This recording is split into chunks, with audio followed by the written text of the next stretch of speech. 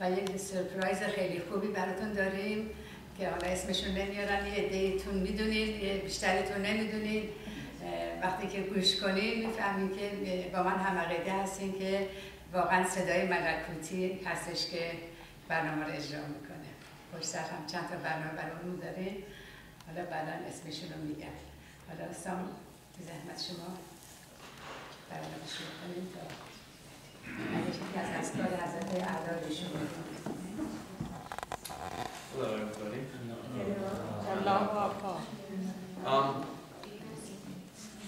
I'm here today to give sort of a little background history to how it came that the Bab came and when he declared. It all started with a man named Sayyid Kazim. He lived in Iraq and he had many students. He prepared them, taught them to, for when his death came, he told them all to go and search for the promised one, the Qa'im. And after his death, he had a student named Mullah Hussein. He prayed and meditated for 40 days in mosque. And after those 40 days, he went with two of his companions to set out to find the promised one. And first he went to the city of Bushehr, but he didn't stay there for long. After a while, something pulled him to the city of Shiraz.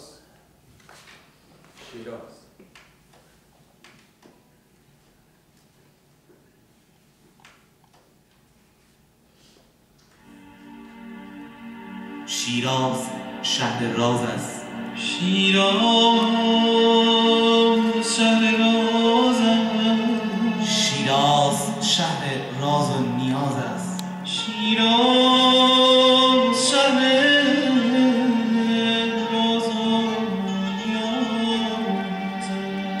است. شهر راز و نیاز است. شهر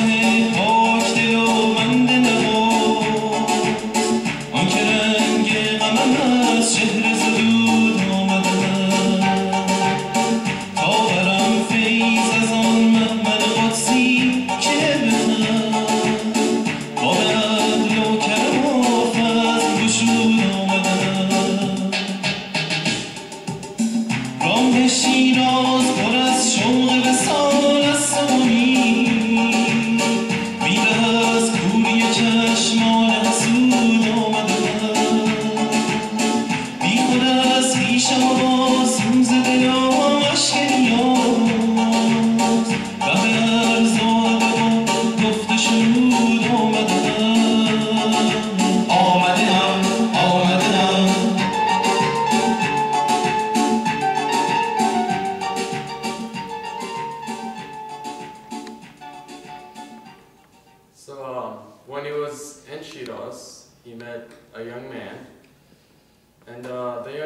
invited him to his house because he seemed tired from the journey and asked him for tea. So after they went to his house, the young man asked Mullah Hussain who the successor would be and their leader would be after Sayyid Kazim. And Mullah Hussain said they were searching for the promised one, and he gave the descriptions of a medium height man, had great knowledge, abstained from smoking, and after a while the young man declared himself as the Bab, and that's when he told Mullah Hussain, and that's when he declared.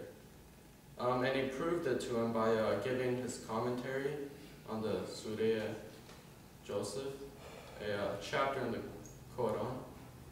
And he told his plans about how he would get 18 people, uninvited, unwarned, and after they pledged to him to be his follower, then he would make his pilgrimage with them to Mecca. And this happened on May 23rd, 1844. Thank you.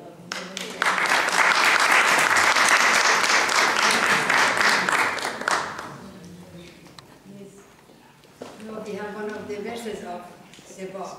یکی از اذکار حضرت علی.